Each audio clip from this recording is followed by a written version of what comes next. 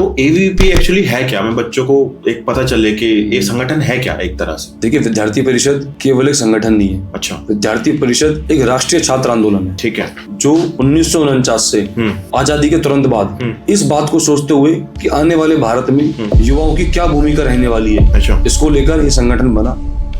सबसे major issue क्या लगता है आपको दिल्ली यूनिवर्सिटी में, क्या है टाइम? देखिए, सबसे मेजर इश्यूज जो है वो ट्रैवल का इश्यूज है। अच्छा। अकोमोडेशन का है। तो आपने एक लिंग 2 कमेटी का नाम तो सुना होगा। जी बिल्कुल। वो अपने गाइडलाइंस में एक बात करती है कि कोई भी स्टूडेंट जो इलेक्शन लड़ेगा वो 5,000 से ज्यादा खर्चा कर नहीं सकता है। जी। पर दूसरी इलेक्शन जो भी कैंडिडेट लड़ता है वो 20 से लेके 50 लाख रुपए तक का स्पेंड करता है। जो भी चुनाव लड़ता है उसको लिंग 2 कमेटी को फॉलो करना चाहिए, जो अभी की लिंग 2 कमेटी है। बट मैं इसमें ये कहना चाहूंगा कि लिंग 2 कमेटी के अंदर कुछ रिफॉर्म्स होने चाहिए। अच्छा। कुछ बदलाव होने चाहिए। तो भानु प्रताप एक नॉर्मल इंसान कैसे हो सकता है जब वो इतनी महंगी कार्स लेके चल रहा है इलेक्शन में? मेरे पास तो अपनी खुद की भी गाड़ी नहीं है। अच्छा। वो जो भी गाड़ी मेरे चुनाव में थी उसे भी दिल्ली विश्वविद्यालय के छात्रों की थी। आपके मैनिफेस्टो में एक बहुत बड़ी बात जो आपने उसमें लिखी थी वुमेन सेफ्टी के बारे में। इसके लिए हमारी मांग करने के बाद एक वामिका नाम से एक वुमेन सेफ्टी पीसीआर अच्छा दिल्ली विश्वविद्यालय कैंपस में 24/7 अवेलेबल रहती है। एक वुमेन हेल्पलाइन नंबर जारी करने वाले हैं। नमस्कार दोस्तों, आपका मेरे पॉडकास्ट में स्वागत है।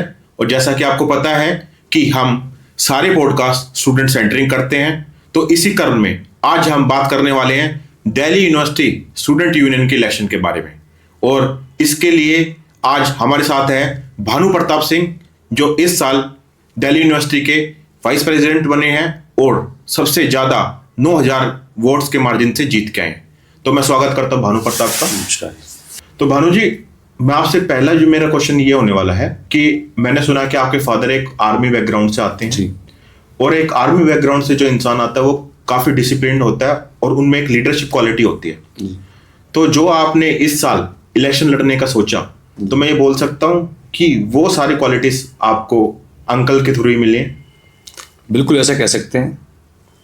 जो लीडरशिप क्वालिटी, जो डिसिप्लिन है, वो मुझे मेरे पिताजी के थ्रू मिला है और वो विरासत में मुझे मिला है। अच्छा। और एक फौजी के बच्चे को सबसे इंपॉर्टेंट चीज जो मिल सकती है वो डिसिप्लिन है। अच्छा। वो हार्ड वर्किंग है। ठीक है। और आपने अपने एक शॉर्ट्स में बात की हुई थी और अपने मैनिफेस्टो में भी ये बात डाली थी कि जो आपको इंस्पिरेशन मिलते हैं वो विवेकानंद जी के आइडियल से मिलते हैं। तो मैं ये कह सकता हूँ कि जो आने वाले आपके जो भी प्लान्स होंगे आप उसमें विवेकानंद जी के आइडियल्स की बात करेंगे? देखिए, जो डूसू है वो दूर से देखने में काफी ग्लैमरस है, काफी शानदार लगता है। अच्छा। काफी लग्जरियस लगता है। बट ऐसा ऑफिस बियर मैं बताता हूँ कि किस प्रकार से सुबह से लेके शाम तक हम किस प्रकार से स्टूडेंट्स की मांगों को लेके एडमिनिस्ट्रेशन से झगड़ा करते हैं। अच्छा। अपनी मांगे मनवाने के लिए करते हैं। तो इस सब पूरी डे लाइफ में जो डिसीजन हमें लेने पड़ते हैं उसमें विवेकानंद जी की जो टीचिंग्स हमने पढ़ी है उससे काफी बड़ा रोल है। अच्छा। उन्होंने कहा था कि उठो, जागो और तब तक मत रुको जब तक लक्ष्य की प्राप्ति ना हो। अच्छा। तो इन सब चीजों को ध्यान में रखते हुए हिमालय काफी मोटिवेटिंग होती है। चलो, तो भानु जी, जैसे अभी आपने कहा कि रोज की रोज आपको ड्यू के एडमिनिस्ट्रेशन से लड़ाई करनी पड़ती है, तो ये मैं डूसू के इलेक्शन में जो आप ये ऑफिस बियरर बन के आए हैं, तो मैं इसको एक पॉलिटिकल टसल बोलूं या आप सच्ची में बच्चों के लिए कुछ करते हैं? देखिए, अगर बात करें स्टूडेंट पॉलिटिक्स की तो उससे ऊपर उठकर कि जो हमें आम छात्रों के लिए दिल्ली विश्वविद्यालय के अंदर करना है हम सिर्फ उसकी बात करते हैं। अच्छा जी। अभी कल की ही एक मैंने रील देखी थी जिसमें एक रशियन एडमिनिस्ट्रेशन डिपार्टमेंट का कोई टीचर शायद कुछ इशू क्रिएट कर रहा था बच्चों के लिए। तो आपको क्या लगता है कि जो ये टसल बनता है स्टूडेंट और टीचर्स के बीच में, तो एक डूसू ऑफिसर बियरर होने के नाते आप उसमें कितना हेल्प कर सकते हो इस टसल को मिटाने के लिए? देखिए, क्या है, जो दिल्ली विश्वविद्यालय के अंदर जो भी प्रोफेसर है, जो भी एडमिन है, अगर वो स्टूडेंट्स की डिमांड्स को पूरा करेगा, उनकी जायज जो करेगा, तो जो यूनिवर्सिटी और स्टूडेंट्स की यूनिवर्सिटी है और उनको जो काम करना है वो स्टूडेंट्स के हित के लिए काम करना है और उन्हीं के लिए हम काम कर रहे हैं। बिल्कुल जी। तो एक क्वेश्चन मेरा अभी जो माइंड में आ रहा है, आप इलेक्शन लड़के आए हैं, तो आपने एक लिंग 2 कमेटी का नाम तो सुना होगा। जी बिल्कुल। वो अपने गाइडलाइंस में एक बात करती है कि कोई भी स्टूडेंट जो इलेक्शन लड़ेगा वो 5,000 से ज्यादा खर्चा कर नहीं सकता है जी। पर जो रियलिटी में बात होती है, जो सुनने में आती है कि हर कोई दूसरी इलेक्शन जो भी कैंडिडेट लड़ता है वो 20 से लेकर 50 लाख रुपए तक का स्पेंड करता है जी। तो इस चीज में आप कुछ कहना चाहोगे? देखिए क्या है कि जो भी चुनाव लड़ता है उसको लिंग 2 कमेटी को फॉलो करना चाहिए, जो अभी की लिंग 2 कमेटी है। बट मैं इसमें ये कहना चाहूंगा कि लिंग 2 कमेटी के अंदर कुछ रिफॉर्म्स होने चाहिए। अच्छा। कुछ बदलाव होने चाहिए। अभी करंट सिनेरियो को देखते हुए जो एक 5,000 की लिमिट है उसे बढ़ाकर चुनाव को देखते हुए जो चुनाव के एक्सपेंसेस आते हैं, कुछ कैंडिडेट के लिए ट्रेवल एक्सपेंसेस आते हैं, उनको देखते हुए थोड़ा बढ़ाना चाहिए। अच्छा। तो अगर हम बात करें, अगर एक कैंडिडेट पब्लिक ट्रांसपोर्ट से भी सारे कॉलेज ट्रेवल करता है तो भी 5,000 से ज्यादा खर्चा हो सकता है। अच्छा। तो उनको ध्यान में रखते हुए लिंग 2 कमेटी में कुछ रिफॉर्म्स होने चाहिए। तो क्या वो रिफॉर्म होने चाहिए, कुछ आप बोलना चाहोगे? जो लिमिट 5,000 की है वो बढ़ के एक स्पेसिफिक अमाउंट होना चाहिए।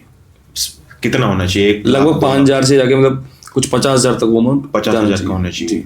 ठीक है, पर 50,000 तो आप बोल रहे हो कि वो रिफॉर्म में होना चाहिए, बट यहाँ तो खर्चे की बात जो हो रही है वो 20 से 50 लाख के बीच में होती है ना। वो कितनी सच्चाई है उसमें? आप देखिए ऐसा कुछ नहीं है। जो कैंडिडेट, मैं अपनी बात करूं तो मेरे इतने ही पैसे खर्च हुए थे। अच्छा। ठीक है। बाकी हाँ कुछ लोग होते हैं, कुछ सपोर्टर्स होते हैं जिनको कुछ आपके लिए कुछ घनिष्ठ प्रेम होता है, कुछ गाड़ियां के लिए होता है, कुछ प्रचार के लिए होता है, तो वो खुद से करते हैं। अच्छा। कैंडिडेट के लिए खर्चा नहीं होता है। ठीक है। पर जैसे अभी मैं आपके इंस्टाग्राम पे शॉर्ट्स भी देख रहा था, तो एक शॉर्ट्स में काफ़ी लग्जूरियस गाड़ी चल रही थी जिसमें जैगुआर से लेके BMW से लेके और काफ़ी महंगी महंगी गाड़ियाँ थी।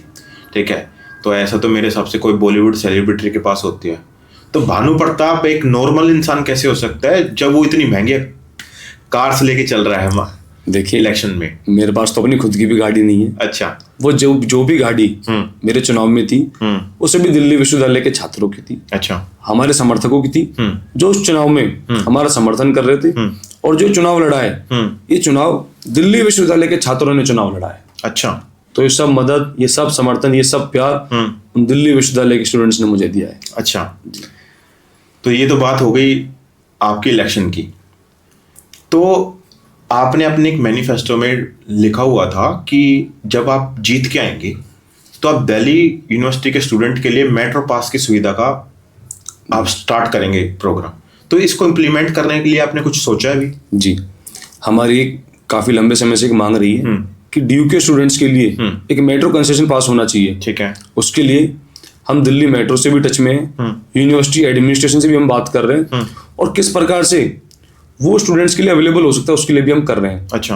अगर हम बताएं कि कुछ पास इस तरीके से हो कि स्टूडेंट्स का जो ट्रैवल है उसको नजर में रखते हुए कुछ रिलैक्सेशन मिलनी चाहिए, तो उसको लेकर हम एक रोड मैप तैयार कर रहे हैं। आने वाले समय में हम ये पास सभी स्टूडेंट्स के लिए अवेलेबल कराएंगे। तो जो आप ये बात बोल रहे हो, तो आपकी मेट्रो अथॉरिटी से कुछ बात हुई है इस बारे में? जी, हम मेट्रो अथॉरिटी में बात हुई है। हाँ। तो इसमें क्या है कि सबसे बड़ा जो स्टेक है वो दिल्ली गवर्नमेंट का भी है। अच्छा। और सेंट्रल गवर्नमेंट का भी है। हाँ। तो हमारी गवर्नमेंट से भी हमें बात करनी है। हाँ। हम उनसे भी इस बारे में चर्चा करेंगे और जो हर संभव प्रयास होंगे वो मेट्रो पास के लिए हम करेंगे। अच्छा। तो अगर बाई चांस ये मेट्रो पास का इनिशिएटिव नहीं हो पाता है तो आपका प्लान बी क्या हो सकता है इस बारे में फिर? देखिए प्लान बी तो यही है कि प्लान ए को सक्सेसफुल बनाना है। अच्छा। जो कह दिया तो वो कर दिया। तो ये भानु प्रताप जी ने काफी बड़ी बात बोल दी है यहाँ पे। तो हम उम्मीद कर सकते हैं कि वो अपने जो वादे इन्होंने किए हैं उस पर खरा उतरेंगे। तो मेरा नेक्स्ट क्वेश्चन आपसे ये है भानु जी कि आपने देखा होगा कि DU के हॉस्टल्स की कैसी कंडीशंस है।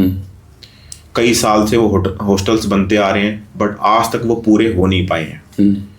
और आपको पता है कि दिल्ली यूनिवर्सिटी सिर्फ एक दिल्ली की यूनिवर्सिटी नहीं है, यहाँ पे पूरे देश से बच्चे आते हैं और यहाँ पे पढ़ते हैं और उनको रहने की इतनी ज़्यादा इशू होता है कि हम बता भी नहीं सकते। तो इसको लेकर आपके क्या प्लान्स हैं? देखिए हमारे दिल्ली विश्वविद्यालय से भी मांग रही है कि नए हॉस्टल्स स्टूडेंट्स के लिए होने चाहिए और जो हॉस्टल्स 100% कैपेसिटी के साथ हैं वो फुलफिल होने चाहिए और जिन हॉस्टल्स के अंदर रिनोवेशन होनी है, मरम्मत होनी है, वो CPWD के माध्यम से या PWD के माध्यम से जल्द से जल्द उनमें काम शुरू हो और वो हॉस्टल जल्द से जल्द दोबारा तरीके से अपनी वर्किंग में आए। अच्छा। और साथ ही साथ इस चुनाव में हमने छात्रों से एक वादा किया था कि हम दिल्ली यूनिवर्सिटी के अंदर एक ईस्ट कैंपस और एक वेस्ट कैंपस बनवाएंगे। अच्छा। और ये बताते हुए बहुत गर्व हो रहा है कि हमारी वो मांग पूरी हो गई है और देश के माननीय प्रधानमंत्री श्री नरेंद्र मोदी जी ने उनकी आधारशिला रख दी है। ठीक है। तो मेरा जो सबसे मेन कंसर्न जब हॉस्टल की बात होती है ये है कि अभी हॉस्टल्स की काफ़ी कमी है और बच्चे दिल्ली यूनिवर्सिटी के आसपास के इलाकों में रहते हैं, जैसे विजयनगर हो गया, GTV नगर हो गया, और यहाँ पे जो प्राइवेट ओनर्स हैं और जो जिनके पीजीज चल रहे हैं वो काफ़ी हाई चार्ज करते हैं। तो आपका मानना है कि इस पे कुछ रेगुलरिटीज आनी चाहिए ताकि गवर्नमेंट इन पे अपनी नज़र रख सके ताकि बच्चों को रहने में कोई इशू ना हो? देखिए, ये हमने अपने मैनिफेस्टो में भी ऐड किया था और ये हमारी मांग भी है कि हम जल्द से जल्द एक रेंट कंट्रोल एक्ट दिल्ली विश्वविद्यालय के अंदर छात्रों के लिए लेके आने वाले हैं। अच्छा। जिससे एक सुनिश्चित कर दिया जाए कि इस छात्र को इतने एरिया का यही किराया देना है और उसके अंदर वो सभी फैसिलिटीज सभी स्टूडेंट्स को मिलनी चाहिए। ठीक है। तो जो आप ये कह रही हो कि आप लाने की सोच रहे हो रेंट रेगुलरिटीज, तो ये इस साल हम मान सकते हैं आ जाएगी? देखिए, कोई भी चीज सिर्फ एक दिन में नहीं होती है, पर हाँ हम कुछ ऐसा करने जा रहे हैं कि जो आने वाले समय में छात्रों को जरूर उसकी सुविधाएं मिलेंगी। तो ऐसा क्या करने जा रहे हैं, थोड़ा बताओगे? देखिए, जैसे मेट्रो पास की एक बड़ी मांग थी। हाँ। जो स्टूडेंट फेस करता है अकोमोडेशन की समस्या है, उनको लेके ईस्ट कैंपस वेस्ट कैंपस जब बनेगा तो उसमें नए नए हॉस्टल्स बनेंगे, तो ये इशू भी रिजॉल्व होगा। और साथ साथ पीजी और फ्लैट्स के इश्यूज है वो भी हम इस रेंट कंट्रोल एक्ट के माध्यम से उसे रिजॉल्व करने जा रहे हैं। ठीक है। आपके मैनिफेस्टो में एक बहुत बड़ी बात जो आपने उसमें लिखी थी वुमेन सेफ्टी के बारे में जी, कि आप कैंपस को वुमेन सेफ्टी के नज़र से देखते हुए इसको बड़ा सेफली प्रोटोकॉल्स आप लागू करोगे। और जैसा भी हमने देखा था कोलकाता में एक लेडी के साथ काफ़ी बड़ी दुर्घटना हुई थी, तो दिल्ली यूनिवर्सिटी में ऐसा कुछ ना हो, तो इसके लिए आपने कुछ सोचा हुआ है? इसके लिए हमारी ही मांग के बावजूद, हमारी मांग करने के बाद एक वामिका नाम से एक वुमेन सेफ्टी PCR अच्छा दिल्ली विश्वविद्यालय कैंपस में 24/7 अवेलेबल रहती है। एक वुमेन हेल्पलाइन नंबर हम जारी करने वाले हैं। ठीक है। जो दिल्ली विश्वविद्यालय के अंदर पढ़ने वाली स्टूडेंट्स हैं जो उनके लिए काम करेगा। कभी भी किसी भी स्टूडेंट को कोई समस्या हो तो उस हेल्पलाइन नंबर पे तुरंत बात कर सकते हैं। ठीक है। तो जैसे अभी आपने कहा कि आपने वुमेन स्पेशल पुलिस के बारे में बात करी, तो आपको नहीं लगता एक वुमेन काउंसिल भी होनी चाहिए दिल्ली यूनिवर्सिटी में, जो एक नया इनिशिएटिव हो सकता है मेरे हिसाब से, जिसमें सारी दिल्ली यूनिवर्सिटी से हर एक कॉलेज से एक रिप्रेजेंटेटिव हो और वो सब मिलके फिर एक सेफ कैंपस के लिए काम कर सके। तो आपका इस पे क्या मानना है? देखिए, काफी वेलकमिंग स्टेप रहेगा। हाँ। डूसू तो साथ साथ कर ही रहा है, डूसू के साथ अगर ऐसा कुछ होता है तो वो भी काफी वेलकमिंग स्टेप है। अच्छा। एक सबसे बड़ी जो दुविधा बच्चों को देखनी पड़ती है वो हमें भी पता है, एट अ टाइम पे काफी न्यूज में थी कि दिल्ली यूनिवर्सिटी में पानी का बहुत बड़ा इशू है। वो कॉलेजेस में बच्चों को मिल नहीं रहा है सेफ पानी, मतलब जिसे कहते हैं ना क्लीन वाटर, सबसे बड़ी एक हमारा फंडामेंटल राइट भी है। तो उसके बारे में आप कुछ कहना चाहोगे कि क्या आप कर सकते हो? देखिए, अगर हम बात करें नॉर्थ कैंपस की तो लगभग सभी कॉलेज में अवेलेबल, जहाँ नहीं है किसी टेक्निकल इश्यूज के कारण, उसको लेके हमने पहले ही यूनिवर्सिटी एडमिनिस्ट्रेशन को मेमोरेंडम दे भी दिया है और इसके लिए हमें खुद सुनिश्चित कर रहे हैं कि कहाँ कहाँ ऐसी समस्याएं हैं उनके लिए तैयार कर रहे हैं और वो जल्द से जल्द उनको हम रिजॉल्व करेंगे। अच्छा, ठीक है। अभी हमने बात करी वुमेन सेफ्टी के बारे में बात करी है और हॉस्टल्स का भी आपने बताया है कि वेस्ट और ईस्ट कैंपस हमारे माननीय प्रधानमंत्री जी ने उसकी आधारशिला रख दी है।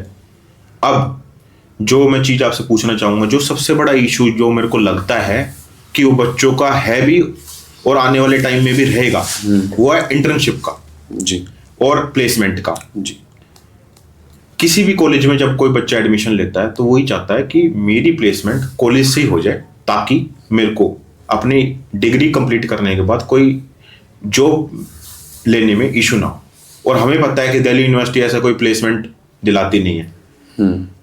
तो क्या इस पे आपके क्या विचार है? कुछ इसके लिए आप कुछ करने वाले हो या कुछ सोच सकते हैं हम इसके बारे में? जी बिल्कुल, मैं अपने कार्यकाल के अंदर ही एक बड़ा बिजनेस कॉन्क्लेव करने जा रहा हूँ। अच्छा। जिसके माध्यम से जो स्टूडेंट्स हैं उनके बीच और जो कॉर्पोरेट कंपनीज हैं उनके बीच एक कॉर्पोरेट कनेक्ट बनेगा। अच्छा। जिसके माध्यम से जो उनकी नीड है और जो हमारी सप्लाई ये फुलफिल हो और आने वाले समय में ये एम्प्लॉयमेंट बढ़े। और इसके साथ साथ स्किल डेवलपमेंट कोर्सेज हम चलाने जा रहे हैं। अच्छा, अभी आपने स्किल डेवलपमेंट के बारे में बात करी। जब भी मैं दिल्ली यूनिवर्सिटी का कैरिकुलम देखता हूँ तो मुझे लगता है वो काफ़ी आउटडेटेड हो चुका है, और जिस हिसाब से आज के टाइम पे ग्लोबलाइज वर्ल्ड है तो मुझे लगता है कि स्किल ज़्यादा मैटर करती है जी। तो आपको क्या लगता है कि हमारा जो करिकुलम है उसको हमें अपडेट करना चाहिए, क्योंकि वो काफ़ी आउटडेटेड है, और इसके लिए अगर करना चाहिए तो आपके कुछ प्लान्स हैं? देखिए, दिल्ली यूनिवर्सिटी के अंदर 2 भी स्कूल्स हैं, one is FMS and the other one is DSC। उनके माध्यम से काफ़ी इंटर्नशिप प्रोग्राम्स होते हैं। और जब हम बात कर रहे हैं 2024-2025 में तो NEP आ गई। NEP के माध्यम से भी स्किल्स डेवलपमेंट पर एक विशेष ध्यान दिया जा रहा है। अच्छा। मोटर स्किल डेवलपमेंट्स को लेकर, और इसको लेकर हम खुद नए नए प्रोग्राम्स करने जा रहे हैं जिसके माध्यम से जो स्टूडेंट्स हैं वो एंटरप्रेन्योरशिप की तरफ बढ़े। अच्छा। ठीक है। और उद्यम उदय फाउंडेशन है उसके माध्यम से, और भी काफी NGO से हमारा खुद का भी एक स्वावलंबी केंद्र के नाम से एक अभियान चल रहा है। अच्छा। जिसके माध्यम से जो स्टूडेंट्स हैं वो खुद के अन्य अन्य स्टार्टअप्स शुरू करें और जो गवर्नमेंट की सुविधाएं उनको ले सकें। ठीक है, अब मैं एक चीज़ आपके बारे में जानना चाहूँगा। जैसे अभी आप इलेक्शन जीत के आए हो और आप ABVP जो स्टूडेंट विंग मानी जाती है RSS की, उससे जीत के आए हो, तो ABVP एक्चुअली है क्या? मैं बच्चों को एक पता चले कि ये संगठन है क्या एक तरह से। देखिए, विद्यार्थी परिषद केवल एक संगठन नहीं है। अच्छा। विद्यार्थी परिषद एक राष्ट्रीय छात्र आंदोलन है। ठीक है।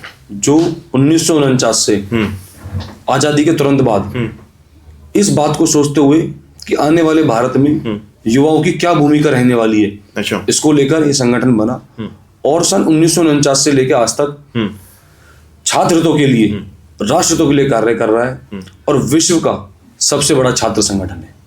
तो ये काफी जरूरी बात भानु जी ने बताई कि विश्व का सबसे बड़ा छात्र संगठन है ABVP, अखिल भारतीय विद्यार्थी परिषद। तो सर, आज के टाइम पे मैंने एक चीज और देखी है कि काफी लाइमलाइट में भी रही है, जो लाइक कांग्रेस सपोर्टेड NSUI का जो ग्रुप है वो भी उस पर काफी ज्यादा हल्ला करता है। कांग्रेस वाले खुद भी उस पर हल्ला करते हैं वीर सावरकर के नाम के ऊपर। जैसे अभी हमारे माननीय प्रधानमंत्री जी ने दिल्ली यूनिवर्सिटी के कॉलेज का नाम रखा वीर सावरकर करके, रोशनपुरा में जो खुल रहा है जी, और वो इतनी बड़ी हमारी हस्ती थी, स्वतंत्रता सेनानी एक तरह से। तो उस पे आपको लगता नहीं कि हमें कुछ चीजों पे पॉलिटिक्स नहीं करनी चाहिए और सबको साथ मिलके एक ऐसे भारत का निर्माण करना चाहिए कि जहां पे हम संगठित दिखाई दे? तो मैं ये कहना चाहता हूं कि ABVP का इसको लेके कुछ प्लान्स हैं कि वो देश भावना की एक बच्चों में, स्टूडेंट में एक देश भावना को जगा सके। देखिए, वीर सावरकर के नाम से एक कॉलेज का दिल्ली विश्वविद्यालय के अंदर बनना एक काफी स्वागत आदेश है। और आने वाले समय में दिल्ली विश्वविद्यालय के छात्र वीर सावरकर के बारे में और अच्छे तरीके से जान सकें। और पर जो कांग्रेस ने सिर्फ एक परिवारवाद से ऊपर उठकर कभी जो काम नहीं किया है, ये सिर्फ उसकी वजह से है। अच्छा। कांग्रेस ने हमेशा देश को तोड़ने का काम किया है, चाहे वो आजादी के समय की बात हो और चाहे वो आज के समय की बात हो। अच्छा। उन्हीं के लोग। और बात करें NSUI की, तो NSUI के प्रभारी कहते हैं कि भारत तेरे टुकड़े होंगे। अच्छा। ऐसे लोग NSUI के अंदर है, तो वो क्या जानेंगे वीर सावरकर को? बिल्कुल। वीर सावरकर का जो बलिदान है वो शायद ही किसी की तुलना कर सकता है।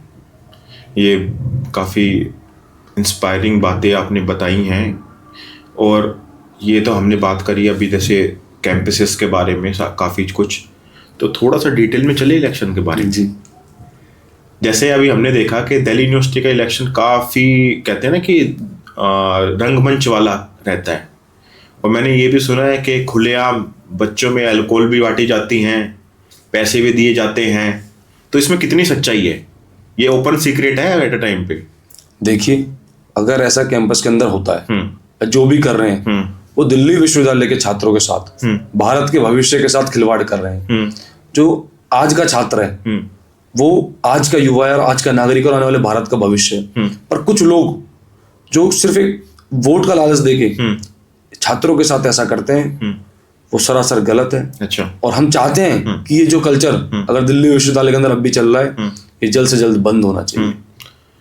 तो अगर बाई चांस ये कल्चर चल रहा है, आपको भी लगता है कि हाँ चल रहा है, तो इसके लिए आप कुछ करना चाहोगे ताकि जो इलेक्शन है वो काफी फेयर हो सके, और जो भी कोई बच्चा मिडिल क्लास फैमिली से आके देश हित में या बच्चों के हित में कुछ काम करना चाहता है, वो आसानी से आके लड़ सके?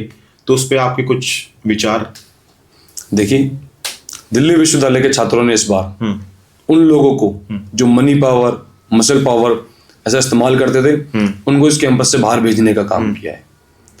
साथ ही साथ मैं इलेक्शन कमीशन से आग्रह करता हूं कि जो लिंगदो कमेटी है उसका ठीक तरीके से फॉलो हो। अगर लिंगदो कमेटी का फॉलो ठीक तरीके से होगा तो जो भी चीजें आप बता रहे हैं कैंपस के अंदर हुई नहीं पाएंगी। अच्छा, तो भानु जी, आप एक 9,000 के मार्जिन से जीत के आप वाइस प्रेसिडेंट बने हैं जी। आपको टोटल वोट्स 25,000 के आसपास मिली थी जी। तो इसका मतलब आप समझ रहे हैं कि 25,000 बच्चों ने आप पे विश्वास किया है। जी जी। तो उन बच्चों के लिए आपके कुछ आइडियाज हैं कि आप उनके लिए अब इस अपने टर्म में क्या क्या काम करना चाहोगे? देखिए, जो 25,000 छात्र दिल्ली विश्वविद्यालय में मुझे चुनकर भेजा है, उनके साथ दिल्ली विश्वविद्यालय के प्रत्येक छात्र को मैं आश्वासन दिलाता हूं कि जो वादे मैंने उनसे किए थे उनको पूरा करने के लिए मैं हर संभव प्रयास करूंगा। और दिल्ली विश्वविद्यालय के छात्र के अंदर हर एक छात्र सभी के साथ मिलकर किस तरीके से अपनी पढ़ाई पूरी कर सकता है, ये मैं इंश्योर करूंगा। किसी भी छात्र के साथ कोई भी गलत चीज इस विश्वविद्यालय के अंदर मैं नहीं होने दूंगा। ठीक है। और मुझे लगता है कि इतने बच्चों की जो आपको वोट मिली है और इतने भारी मार्जिन से आप जीत के आए हो, मुझे लगता है जो मेन रीजन है वो आपका ग्रास रूट पे काम करना है। जो आप 2017 से अरविंदो कॉलेज में मेरे को लगा कि आप सेक्रेटरी भी जीते थे उस टाइम पे, तब से लेके और आज तक आपने 6-7 साल बच्चों के हित में बड़ा काम किया है। तो आपको लगता है कि यही मेन वजह रही है आपकी वाइस प्रेसिडेंट जीतने की? देखिए, बिल्कुल। 7 वर्षों में जो मेरा संघर्ष रहा है उसमें सबसे जो मेरे साथी थे वो सिर्फ छात्र थे। अच्छा। उन छात्रों के दम पर ही मैंने चुनाव लड़ा है। उन छात्रों के दम पर मैंने 2017 में चुनाव लड़ा था। अच्छा। और उन्हीं छात्रों ने इस पूरे 7 साल में मुझे इतना प्यार दिया है, इतना साथ दिया है कि जो भी चैलेंजेस आए थे हमने साथ मिलकर उनको फेस किया था। अच्छा। एक है ना बहुत बड़ा डायलेमा बना हुआ है कि जो ये डूसू इलेक्शन की जो इलेक्शंस हैं, ये आने वाले टाइम के लिए एक पॉलिटिकल ट्रेनिंग होती है, तो इस पे आपका क्या विचार है? देखिए, जो डूसू इलेक्शंस है वो स्टूडेंट्स का इलेक्शंस है, और इसके लिए मैं सभी से आग्रह करता हूँ कि उसे स्टूडेंट्स पर फोकस करते हुए अभी चीजों को देखें। फ्यूचर में क्या होगा वो डिफरेंट चीज है। अभी जो हमारे ऊपर जिम्मेवारी है वो है कि हम छात्रों के लिए किस प्रकार से चीजें करेंगे। अच्छा। उनकी समस्याओं का समाधान कैसे करेंगे। ठीक है। तो जिस हिसाब से आपने अभी जवाब दिया, तो आपको लगता है कि पॉलिटिकल पार्टीज को स्टूडेंट इलेक्शंस में इंटरफेयर नहीं करना चाहिए? नहीं, पॉलिटिकल पार्टीज का काम अलग जगह उनको अलग रहना चाहिए, स्टूडेंट पॉलिटिक्स को अलग रहना चाहिए। अच्छा। तो भानु जी, आप ये डूसू इलेक्शन के दौरान अभी आप वाइस प्रेसिडेंट बने हो, तो आप अपनी क्या लेगेसी छोड़ के जाना चाहते हो यहाँ से? देखिए, जब ये कार्यकाल खत्म हो तो मैं ये सुनिश्चित करना चाहता हूँ कि दिल्ली विश्वविद्यालय का कोई भी छात्र, एक आम परिवार से मेरे जैसे आने वाला छात्र इस डूसू इलेक्शन को लड़ सके। मैं ये तय करना चाहता हूँ, और मैं तय करना चाहता हूँ कि दिल्ली विश्वविद्यालय का हर छात्र इस स्टूडेंट इलेक्शन के अंदर अपना रोल प्ले करना चाहिए। अच्छा। तो भानु जी, आप जैसे एक डायलेमा ये भी बना हुआ है कि इलेक्शन लड़ने के लिए बहुत मनी पावर और मसल पावर की जरूरत होती है, और आप एक बहुत ही नॉर्मल मिडिल क्लास फैमिली से आते हो, तो कहाँ से आपके पास ये जुनून आया इलेक्शन लड़ने का कि हाँ मुझे स्टूडेंट इलेक्शन का, डूसू इलेक्शन तो लड़ना ही है? ये क्या इंस्पिरेशन रहा आपके लिए? देखिए, जब मैंने दिल्ली विश्वविद्यालय के अंदर अपना 2017 में एडमिशन लिया, उसके बाद से स्टूडेंट्स की जो प्रॉब्लम्स हुई उनको देखना शुरू करा, उनके सॉल्यूशन कैसे होंगे। उसके बाद धीरे धीरे यूनिवर्सिटी लेवल से प्रॉब्लम आने लगी, और उसके बाद जब देखा कि यहाँ यूनिवर्सिटी के अंदर मनी पावर, मसल पावर को लोग प्रमोट कर रहे हैं, तब सब स्टूडेंट्स ने एक साथ मिलकर ये निर्णय लिया कि जो स्टूडेंट एक प्रवासी छात्र पहुंच जैसा एक दूसरे राज्य से आने वाला स्टूडेंट जब यहाँ संघर्ष कर रहा है तो वो चुनाव उसे जीतना चाहिए। अच्छा। और जो ये समस्याएं थी जिनको लेके हम काफी सालों संघर्ष कर रहे थे, इनको पूरा करने के लिए भी इलेक्शन जरूरी था। साथ साथ विद्यार्थी परिषद का मैं कार्यकर्ता था। विद्यार्थी परिषद के कार्यकर्ता रहने के नाते मुझे एबीवीपी ने ये मौका दिया कि मुझे दिल्ली विश्वविद्यालय छात्र संघ का उपाध्यक्ष का चुनाव लड़ना है, तो उसको मैंने स्वीकार करते हुए चुनाव लड़ा है। बिल्कुल। तो सबसे मेजर इशू क्या लगता है आपको दिल्ली यूनिवर्सिटी में, क्या है टाइम पे? देखिए, सबसे मेजर इश्यूज जो हैं वो एक ट्रैवल का इश्यूज है। अच्छा। अकोमोडेशन का है। स्टूडेंट जब यूनिवर्सिटी के अंदर पढ़ता है तो उसकी प्लेसमेंट होनी चाहिए। ठीक है। ये कुछ ऐसे मेजर इश्यूज हैं। वुमेन सेफ्टी का इश्यूज है।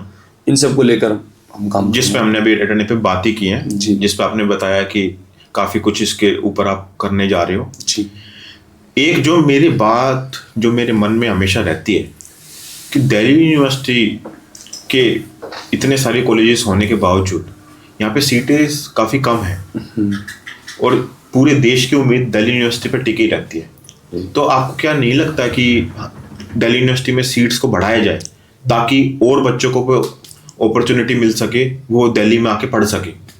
देखिए, इसी क्रम में जो हमारे नए ईस्ट कैंपस और वेस्ट कैंपस बन रहे हैं, अच्छा, इसके माध्यम से जो सभी छात्रों की अपेक्षा रहती है कि हमें दिल्ली विश्वविद्यालय में पढ़ना है, ये जरूर उनको पूरी करेंगी। हमारे नए कैंपस बनेंगे। अच्छा। तो ऑब्वियस है नई सीट्स बनेंगी, नए स्टूडेंट्स दिल्ली विश्वविद्यालय के अंदर आएंगे और दिल्ली विश्वविद्यालय अच्छी हाइट्स को रीच करेगा। ठीक है।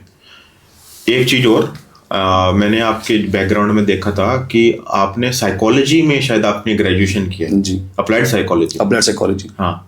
तो आपने साइकोलॉजी और उसके बाद सीधा आप इलेक्शन में उतर गए, क्या मतलब कुछ तो इंटरकनेक्टेड होता?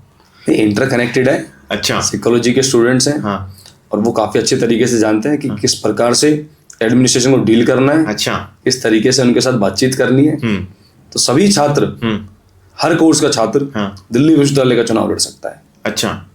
तो मैं आपको बताना चाहता हूँ कि मैं भी साइकोलॉजी ऑनर्स से आता हूँ। अरे वाह। जाकिर हुसैन कॉलेज से मैंने अपनी ग्रेजुएशन की है, बानू जी। तो बड़ा अच्छा लगता है कि एक साइकोलॉजी, जो एक कहते हैं ना कि साइकोलॉजी सिर्फ बोलते हैं कि साइकोलॉजी वाले सिर्फ पढ़ते हैं, वो किसी और फील्ड में नहीं जा सकते। तो भानु हमारे लिए एक इंस्पिरेशन का काम कर रहे हैं टाइम पे कि साइकोलॉजी वाले मेंटल हेल्थ पे तो काम करेंगे, साथ में वो बच्चों को भी संभालेंगे। तो भानु जी, इस एपिसोड को खत्म करने से पहले मैं आपके साथ ना एक रैपिड फायर राउंड खेलना चाहता हूँ जी। तो मेरा सबसे पहले एक क्वेश्चन आपसे यही है कि आपका फेवरेट लीडर कौन है, अगर स्वामी विवेकानंद को साइड में कर दो तो?